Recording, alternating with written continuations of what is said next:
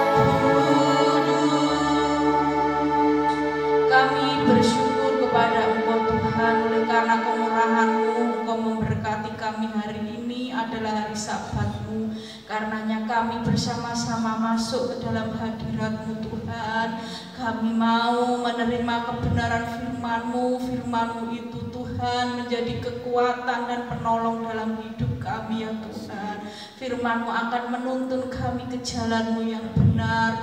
Tolonglah kami Tuhan melalui Roh Kudus-Mu untuk kami dapat mengerti firman-Mu dan untuk kami dapat hidup di dalam firman-Mu. Tutup bungkus kami semua dengan kuasa darah-Mu yang kudus. Kami sambut kebenaran firman-Mu di dalam nama Tuhan Yesus. Haleluya. Shalom saudara-saudara yang kasih Tuhan, puji nama Tuhan. Hari ini kita kembali belajar bersama-sama firman Tuhan yang saya beri judul Menata Kehidupan. Kita akan membaca bersama-sama ayat yang pertama dalam Yakobus 3 ayat yang ke-16. Kita baca bersama-sama ayat yang pertama ini, Yakobus 3 ayat yang ke-16. 2, 3. Sebab di mana ada iri hati dan mementingkan diri sendiri, di situ ada kekacauan dan segala macam perbuatan jahat. Puji nama Tuhan. Coba kita perhatikan, ada kata di mana dan kata di situ dalam Yakobus 3 ayat 16 ini, ya, dalam terjemahan baru itu adalah kata ganti tempat, ya. Tetapi ya kalau kita melihat dalam terjemahan sederhana Indonesia, kita melihat di sana terjemahan sederhana Indonesia, saya akan membacakan untuk saudara dalam terjemahan sederhana Indonesia. Karena kalau kamu masih iri hati dan mementingkan diri sendiri, berarti hidupmu masih kacau dan kamu masih bisa melakukan kejahatan apa saja. Saudara yang kasih Tuhan, sekali lagi dalam terjemahan baru tadi kita melihat kata ganti tempat, yaitu di mana dan di situ. Tapi kalau kita melihat dalam terjemahan sederhana Indonesia, kalimat di mana dan di situ yang adalah kata ganti itu tadi diganti menjadi kata ganti orang, yaitu kamu dan hidupmu. Apa maksud Alkitab menyampaikan hal ini kepada kita hari ini? Alkitab memberitahu kita bahwa kekacauan yang terjadi pada keadaan di sekitar kita itu lebih dipengaruhi oleh karena hidup kita yang menjadi kacau. Jadi hidup kita ini kacau, kemudian mempengaruhi lingkungan yang ada di sekitar kita. Itu sebabnya hari ini kita akan belajar bersama-sama bagaimana kita menata kehidupan kita supaya tidak menjadi kacau.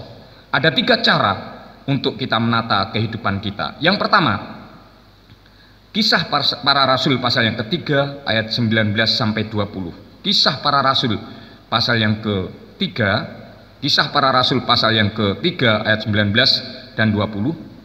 Karena itu sadarlah dan bertobatlah supaya dosamu dihapuskan, agar Tuhan mendatangkan waktu kelegaan dan mengutus Yesus yang dari semula diuntukkan bagimu sebagai Kristus. Nah, saudara yang kasih Tuhan, yang pertama untuk kita menata kehidupan kita adalah bertobatlah. Ya, sekali lagi, bertobatlah. Pertobatan yang sejati itu, saudara yang kasih Tuhan, ialah pertobatan yang bisa menghasilkan pengampunan dosa. Ya, karena itu sadarlah dan bertobatlah supaya dosamu dihapuskan. Ayat 19 ini memberitahu kepada kita bahwa pertobatan yang sejati itu adalah pertobatan yang menghasilkan pengampunan dosa. Dan itu harus timbul dari kesadaran diri sendiri. Ini berbeda dengan menjadi Kristen, saudara ya. Bertobat dan menjadi Kristen itu 2 hal yang berbeda. Kalau bertobat itu lebih menitik beratkan kepada perubahan hidup, ya. Sementara menjadi Kristen itu hanya sekedar perubahan identitas. Ya, sekali lagi, kalau bertobat itu menitik beratkan pada perubahan hidup yang dimulai dari dalam dirinya sendiri, yaitu kesadarannya. Sementara menjadi Kristen itu hanya sekedar perubahan identitas yang pengaruh dari luar itu sangat kuat. Pengaruh dari luarnya itu sangat kuat. Ini maksud saya. Misalkan oleh karena pernikahan, ya, calon suaminya, calon istrinya Kristen, kemudian akhirnya dia merubah identitasnya menjadi Kristen, seperti itu. Atau mungkin karena pekerjaan, ya, karena majikannya menginginkan karyawannya itu orang Kristen, ada surat baptis dan sebagainya, maka rame-rame mereka akhirnya menjadi Kristen, minta dibaptis hanya untuk mendapatkan surat baptis. Ya, jadi ini menjadi Kristen, saudara. Ya, ini hanya menjadi Kristen. Nah, kenapa banyak orang Kristen yang tidak memiliki pertobatan yang sungguh? Karena mereka sebenarnya tidak mengerti apa artinya bertobat itu, apa definisi pertobatan itu. Kita membaca dalam Ulangan 30 ayat yang kedua. Ulangan 30 ayat yang kedua. Dan apabila engkau berbalik kepada Tuhan Allahmu dan mendengarkan suaranya sesuai dengan segala yang kuperintahkan kepadamu pada hari ini, baik engkau maupun anak-anakmu, dengan segenap hatimu dan dengan segenap jiwamu, maka ayat 3, Tuhan Allahmu akan memulihkan keadaanmu dan akan menyayangi engkau, sampai 3a. Ya, saudara yang kasih Tuhan. Nah, kita belajar kembali pada firman Tuhan hari ini bahwa definisi pertobatan menurut Ulangan 30 ayat yang kedua tadi adalah bukan hanya berhenti berbuat dosa. Sekali lagi, bertobat itu bukan hanya berhenti berbuat dosa, tetapi kalau kita melihat berbalik pada Tuhan Allahmu, dan yang kedua, mendengarkan suaranya sesuai dengan segala yang kuperintahkan kepadamu pada hari ini. Jadi bertobat itu bukan hanya berhenti berbuat dosa, tetapi berbalik pada Allah dan mendengarkan firman Tuhan. Apa perlunya kita mendengarkan firman Tuhan? Kita mendengar firman Tuhan supaya kita tahu tentang firman Tuhan, supaya kita mengerti tentang firman Tuhan. Dan ketika kita mengerti firman Tuhan, maka kita dapat melangkah kepada cara yang kedua bagaimana kita menata kehidupan kita. Apa itu? Kita melihat yang kedua, Filipi pasal yang ke-1 ayat 27. Cara yang kedua untuk menata kehidupan kita. Filipi pasal yang ke-1 ayat yang ke-27.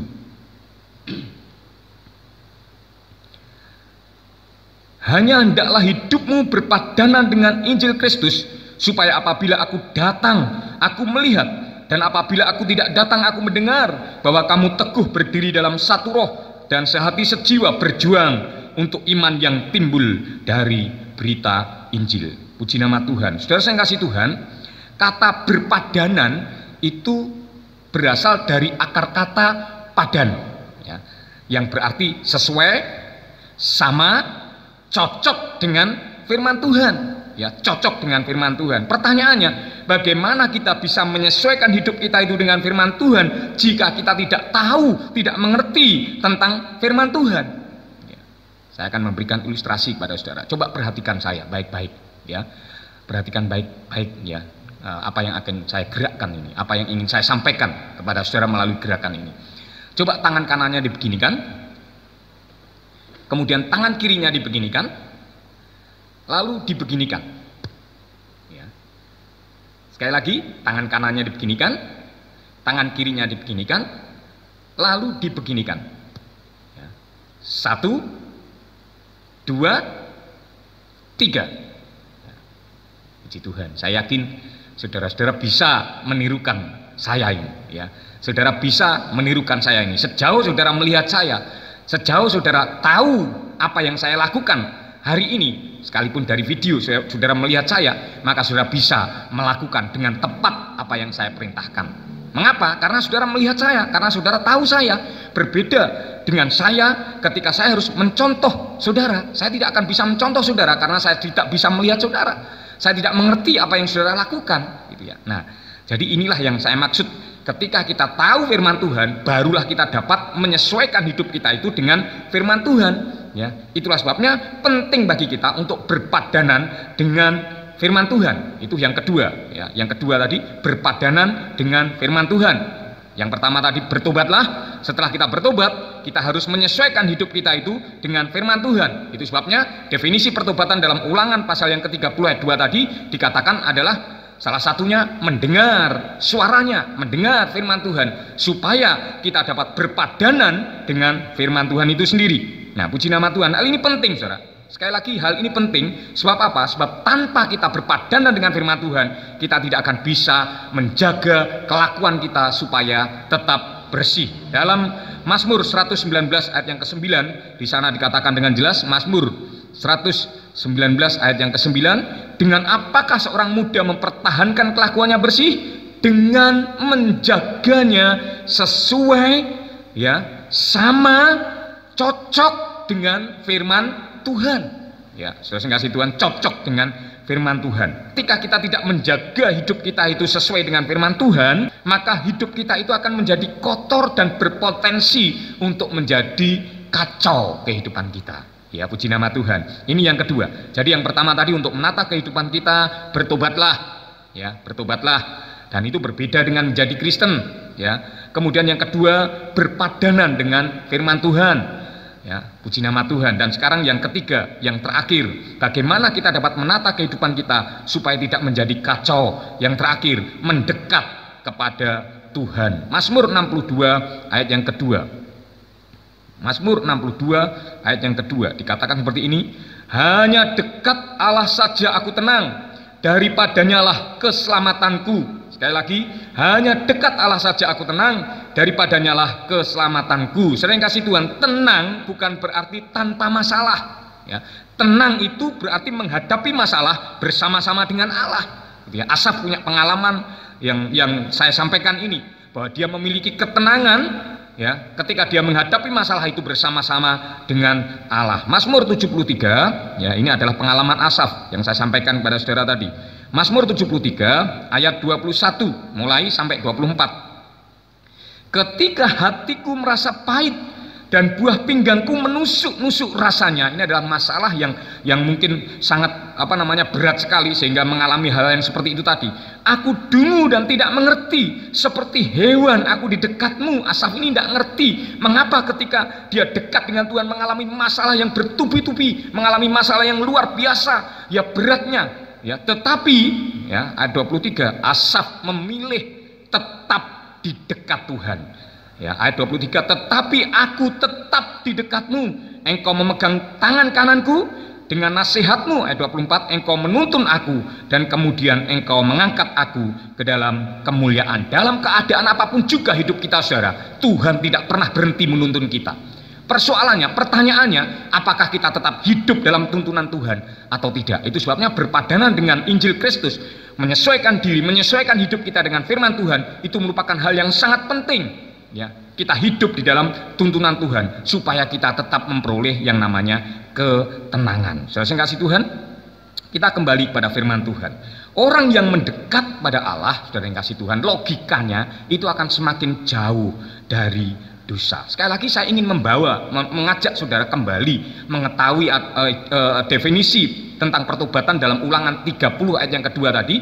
Salah satunya adalah berbalik kepada Tuhan Allahmu. Ini pertobatan, berbalik kepada Tuhan Allahmu. Saya mengumpamakan misalkan ini Tuhan, sementara di sebelah kiri saya ini adalah dosa.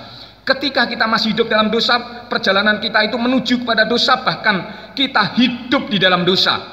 Tetapi ketika kita bertobat, pertobatan itu bukan hanya berhenti berbuat dosa, tetapi kita juga harus berbalik kepada Allah. Seperti ini mungkin perjalanannya, ya. Berbalik kepada Allah. Nah, logikanya semakin kita itu dekat dengan Allah, otomatis kita itu semakin jauh dari dosa, saudara. Karena apa?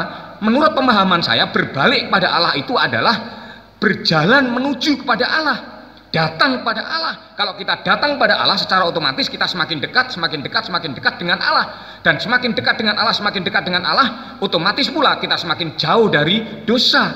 Itu kenyataannya, itu logikanya, itu faktanya, saudara. Ya, puji nama Tuhan. Saya berharap saudara-saudara bisa memahami apa yang saya sampaikan hari ini. Ya, saya melihat ya ada siapa itu ya? Bu Mimin ya mengangguk-ngangguk ya, mungkin itu tahu ya. Juga ada Bu Ani, ya Pak Gino, kok mengangguknya pelan sekali tuh, jangan-jangan ngantuk itu. Oh tidak ya, puji nama Tuhan. Ya ini hanya guyon Pak Gino ya, saya suka guyon dengan Pak Gino karena Pak Gino itu sekalipun badannya kekar, wajahnya sangar, tetapi dia tidak mudah tersinggung. Amin, puji nama Tuhan. Nah ini hanya guyon. Nah kita sekali lagi kembali kepada firman Tuhan. Kalau ada orang yang mengaku dekat pada Allah tetapi tidak semakin jauh dari dosa, maka Yakobus mencatat orang itu sebagai orang yang mendua hati. Bagaimana keadaan orang yang mendua hati itu? Yakobus 1 ayat yang ke-8. Kita baca bersama-sama ayat yang terakhir ini. Ayat yang terakhir Yakobus 1 ayat yang ke-8, kita baca bersama-sama. 2, 3. Sebab orang yang mendua hati tidak akan tenang dalam hidupnya.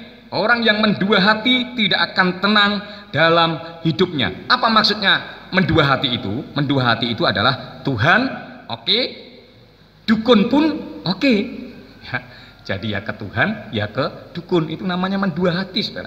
Ya, itu namanya mendua hati. Oke, saya akan berkata, ya saudara bisa meresponi perkataan saya itu. Ketika saya berkata Tuhan, saudara berkata oke. Ketika saya berkata dukun, saudara berkata no, gitu ya.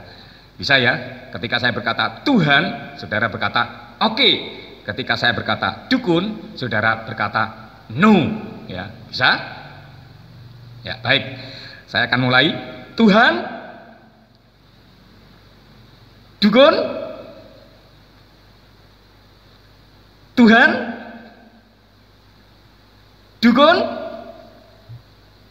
dukun, Tuhan. Ya, puji Tuhan. Saya berharap saudara tidak kepleset gitu ya. Saudara tidak kepleset dengan apa yang saya sampaikan ini. Jadi Tuhan oke, dukun no. Ya, itu semakin dekat dengan Tuhan, saudara. Semakin dekat Tuhan itu seperti itu. Jadi kita tidak mendua hati.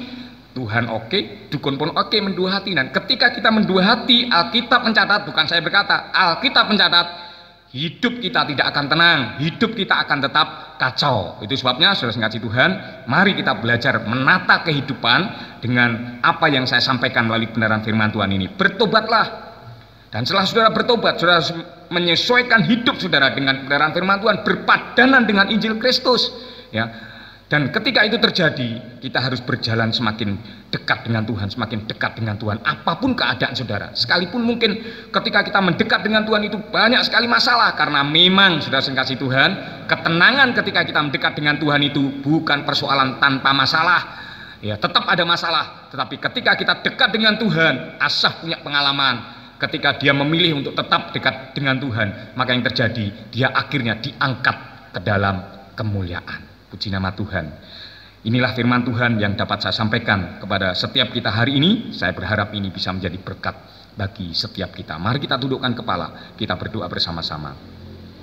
Bapa Surgawi, terima kasih oleh karena Engkau telah menuntun kami untuk menata kehidupan kami sesuai dengan kebenaran firman-Mu, supaya kami bertobat sungguh-sungguh di hadapan Tuhan, supaya kami senantiasa berpadanan hidup kami ini dengan Injil-Mu, dan supaya kami selalu mendekatkan diri kepadamu apapun yang terjadi dalam kehidupan kami, sehingga benar-benar hidup kami ini memiliki kelegaan, memiliki waktu kelegaan, memiliki ketenangan dalam hidup ini, sehingga dengan demikian kami melihat campur tangan Tuhan dalam hidup kami, dan nama Tuhan dipermuliakan melalui kehidupan kami. Terima kasih Tuhan, terima kasih. Kami menyerahkan segala perkara ini ke dalam tangan Tuhan. Kami sangat yakin Engkau akan menanamkan kebenaran firman-Mu itu dalam lubuk hati kami masing-masing, sehingga benar-benar firman-Mu itu menjadi pelita bagi kaki kami dan terang bagi jalan kami.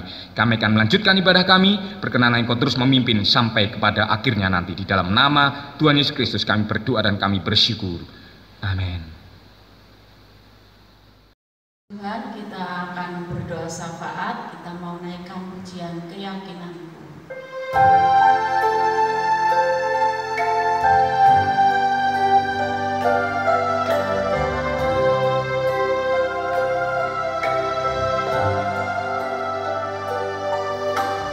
Firman-Mu berkata,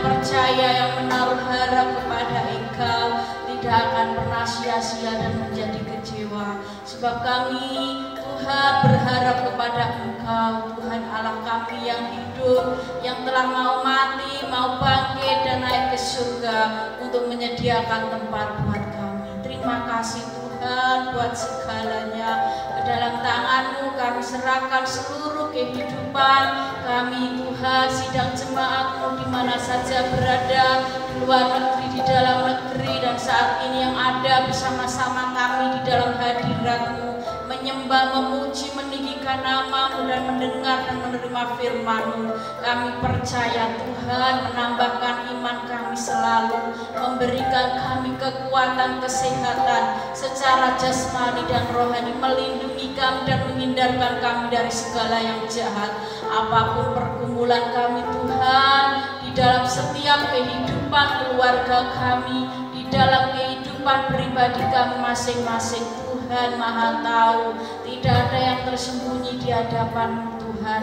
Kami percaya kepada Engkau bahwa Engkau akan memberikan kami pertolongan, Engkau akan memberikan kami jawaban dan jalan keluar yang terbaik Tuhan.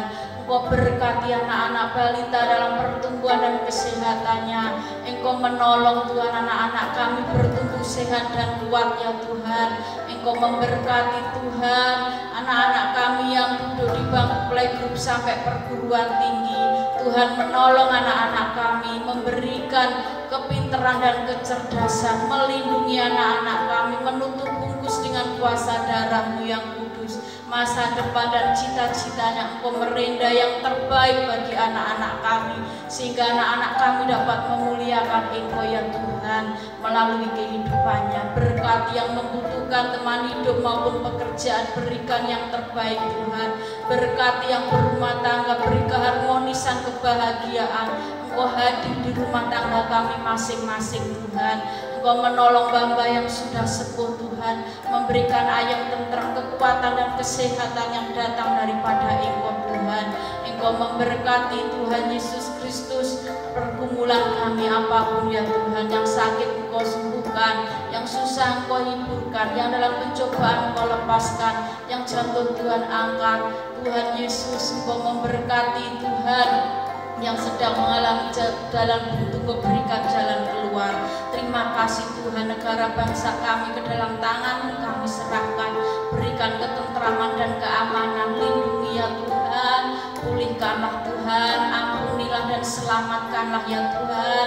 Jangan biarkan negara kami ini binasa, bahkan seluruh bumi ini binasa karena corona. Tuhan, oleh sebab itu biarlah tangan-Mu yang berlubang paku menjamah setiap pasien yang terpapar corona, diberi kesembuhan yang total di dalam nama Tuhan Yesus. Engkau beri perlindungan kepada para tenaga medis yang menangani Tuhan. Engkau menolong Tuhan Yesus Kristus, kirimkanlah vaksin dari surga sehingga ya Tuhan Yesus Kristus semuanya dapat dipulihkan oleh Tuhan, disembuhkan, diselamatkan seluruh bumi ini Tuhan. Tuhan Yesus berikan kesadaran kepada seluruh warga negara Indonesia ini Tuhan, untuk sementara waktu mengikuti ya Tuhan Yesus Kristus untuk tinggal di rumah. Apapun yang menjadi peraturan dan kebijaksanaan pemerintah kami mau mengikuti, karena pemerintah itu adalah wakil-Mu di bumi ini Tuhan. Terima kasih, lindungi Tuhan, jagai negara bangsa kami, jagai ya Tuhan di mana kami tinggal. Tuhan melindungi dan menyejahterakan. Terima kasih Tuhan, Engkau memberkati Tuhan Yesus untuk pekerjaan di mana saja berada Tuhan.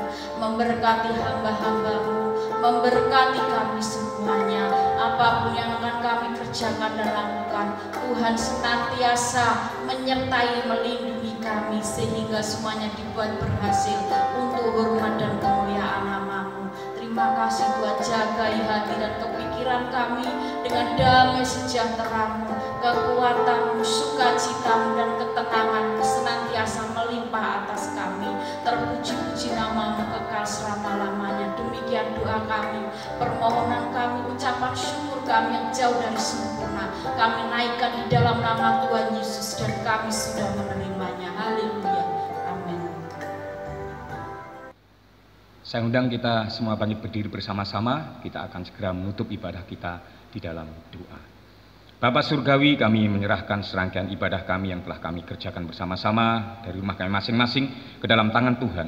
Biar Tuhan berkenan menerima ibadah kami menjadi persembahan yang harum di hadapan-Mu. Apapun yang telah kami lakukan bersama dengan umat-Mu dalam sepanjang ibadah ini, pengorbanan waktu sampai kepada pengorbanan harta benda yang kami bawa ke rumah-Mu yang kudus ini. Kiranya Tuhan berkenan menyucikan persembahan kami supaya menjadi berkat di ladang Tuhan. Terima kasih Bapa Surgawi, terima kasih. Kami menyerahkan segalanya yang dalam tangan Tuhan. Biarlah Tuhan berkenan memberkati ibadah kami, supaya ibadah kami ini memberkati tiap-tiap pribadi kami. Terima kasih Tuhan, terima kasih di dalam nama Tuhan Yesus Kristus. Kami berdoa dan kami bersyukur. Kita akan berdoa sesuai doa yang diajarkan Yesus kepada kita. Karena itu berdoalah demikian. Bapa kami yang di surga, dikuduskanlah nama-Mu. Datanglah kerajaan-Mu, jadilah kehendak-Mu di bumi seperti di surga. Berikanlah kami pada hari ini makanan kami yang secukupnya, dan ampunilah kami akan kesalahan kami, seperti kami juga mengampuni orang yang bersalah kepada kami. Dan janganlah bawa kami dalam pencobaan, tapi lepaskanlah kami daripada yang jahat, karena Engkaulah yang punya kerajaan dan kuasa dan kemuliaan sampai selama-lamanya. Saudara kasih, mari angkat tanganmu buka di hadapan Tuhan.